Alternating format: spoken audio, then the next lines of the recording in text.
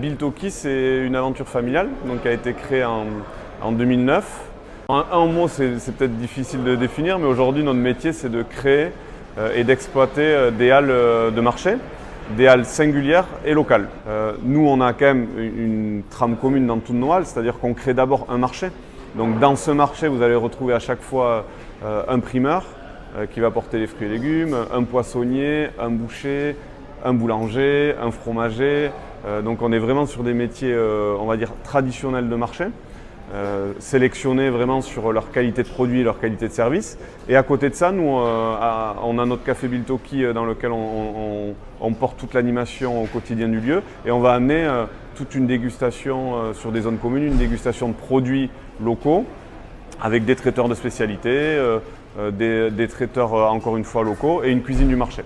Ça veut dire que l'offre qu'on va avoir à Issy-les-Moulineaux, elle sera vraiment singulière, elle n'existera qu'à Issy-les-Moulineaux. On ne peut pas dupliquer ce concept-là vu qu'on travaille qu'avec des artisans et des commerçants locaux. Et je peux vous assurer qu'une offre à Toulon, à Paris, Strasbourg ou au Pays Basque, c'est des ambiances complètement différentes avec un ADN commun, mais qui repose essentiellement sur les produits locaux portés par les commerçants locaux. Déjà ici les Moulineaux, nous on avait complètement flashé sur le bâtiment. Donc c'est une halle magnifique en structure Eiffel. Quand on l'a vu pour la première fois, on s'est tout de suite dit il faut vraiment qu'il y ait un marché, qu'il y ait de la vie, qu'il y ait de la convivialité dans ce lieu-là. Nous, ça répondait vraiment à tous les critères d'implantation. Donc là, on a eu ce coup de cœur-là. C'est la première dans le Grand Paris. Donc on a, en termes d'enjeux, d'ambition, c'est énorme parce qu'on aura une visibilité beaucoup plus forte sur cette halle-là. Donc l'ambition, c'est qu'elle soit pérenne déjà, d'une part, qu'on réponde à notre promesse, à savoir créer le lieu le plus convivial peut-être du Grand Paris. Ça, c'est vraiment l'ambition avec nos commerçants partenaires. Donc ça, c'est vraiment l'objectif. Et une fois si on arrive à remplir cet objectif-là, on aura forcément d'autres opportunités pour essayer de recréer la même chose avec toujours les mêmes recettes, du local, du singulier et beaucoup de convivialité.